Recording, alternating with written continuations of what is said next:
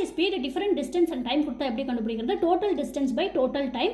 A man travels from a point to another. The first 100 km he travels at a speed of 25 km per hour. The next 80 km he travels at a speed of 40 km per hour. And the last 120 km he travels at a speed of 20 km per hour. இப்போ total distance என்ன நம்மளுக்கு 100 plus 80 plus 120 divided by time taken. Time taken first 100 km 25 km per hour க்கு என்ன 100 by 25 plus 80 by 40 plus 120 by 20. இதை எல்லாத்தையும் நம்ம simplify பண்ணால் நம்மளுக்கு 300 by 12 கிடைக்கும். 25 km per hour அப்படிங்கிறது தான் ஆவரேஜ் ஸ்பீடு.